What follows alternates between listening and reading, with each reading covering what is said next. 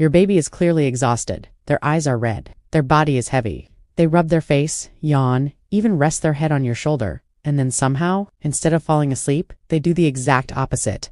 They arch their back. They cry harder. They kick, twist, push away, and suddenly look more awake than they did 10 minutes ago. And if you're a parent, that moment can feel almost impossible to understand. Because the obvious thought is, if my baby is this tired, why are they fighting sleep like it's the enemy? But here's what most parents are never told.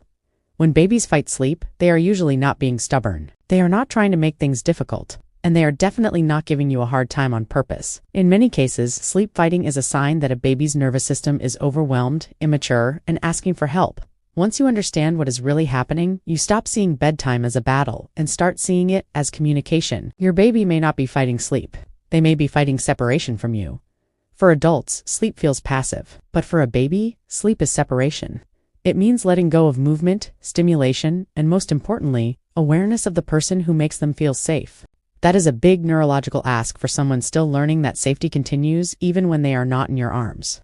Sometimes it means they have reached the edge where their body wants rest, but their attachment system wants closeness. And in that conflict, closeness often wins, because in their nervous system, sleep and separation are tangled together. An overtired baby does not become sleepier. They often become more dysregulated.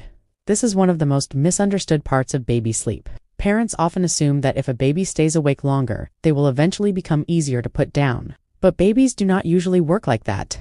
When they pass their comfortable sleep window, their body can begin releasing stress hormones that make settling harder, not easier. So instead of drifting peacefully into sleep, they become louder, stiffer, more frustrated, more alert. From the outside, it looks like sudden energy, but it is not true restfulness. It is a stressed nervous system trying to stay organized. That is why a baby who seemed almost asleep can suddenly look wild, restless, and impossible to calm. Their body is not saying, "I'm not tired." Their body is saying, "I am too overwhelmed to get there smoothly." And once parents understand that, everything changes. Because now the goal is not to make the baby sleep.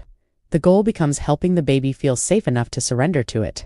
Sleep means losing control of the world. Imagine what sleep is from a baby's perspective. The lights dim, voices change, movement slows, faces disappear, and their body starts slipping into a state they cannot understand or control. For adults, this is normal. For babies, it can feel strange. Their brain does not think in words, but their body reacts to transition. And sleep is one of the biggest transitions they experience every day. Going from awake to asleep means leaving behind the sights, sounds, and reassurance they were just using to stay regulated.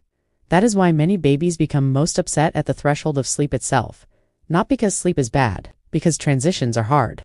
If your baby cries right before sleep or suddenly jerks themselves awake, it may be less about resistance and more about struggling with the shift. They are borrowing your calm before they can find their own. Babies are not born with full self-regulation. They build it slowly, through repeated experiences of being soothed. When your baby is upset, they are looking for regulation. Your voice, your breathing, your rhythm.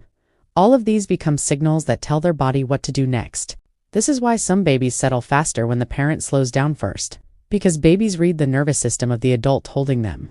If your movements get rushed, your baby feels that shift. But when you soften your body, your baby has something organized to attach to.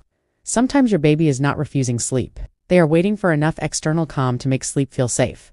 That is not failure. That is development. The bedtime struggle is often emotional. At the end of the day, your baby may not just be tired. They may be full of stimulation, full of emotion.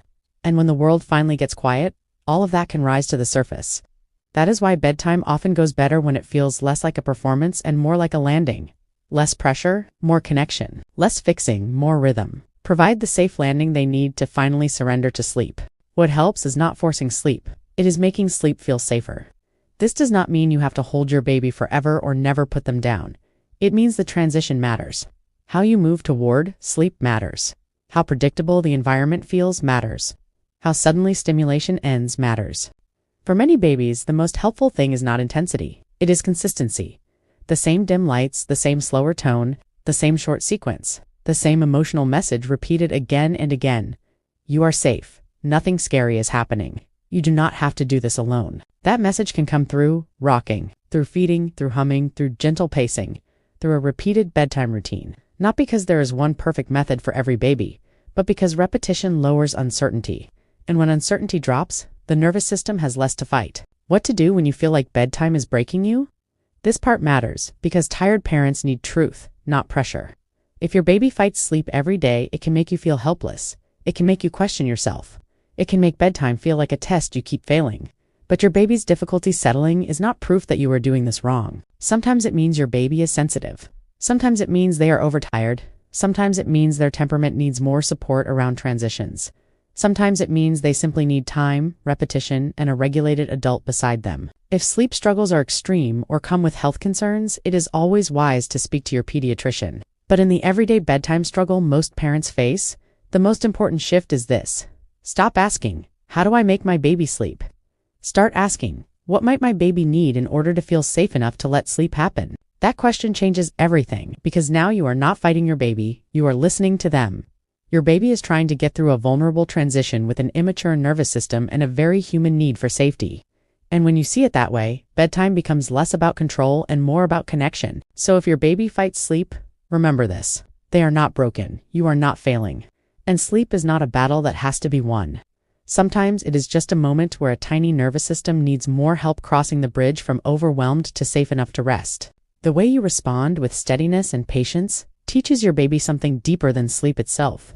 It teaches them that hard transitions do not have to be faced alone, and that lesson will matter long after bedtime gets easier.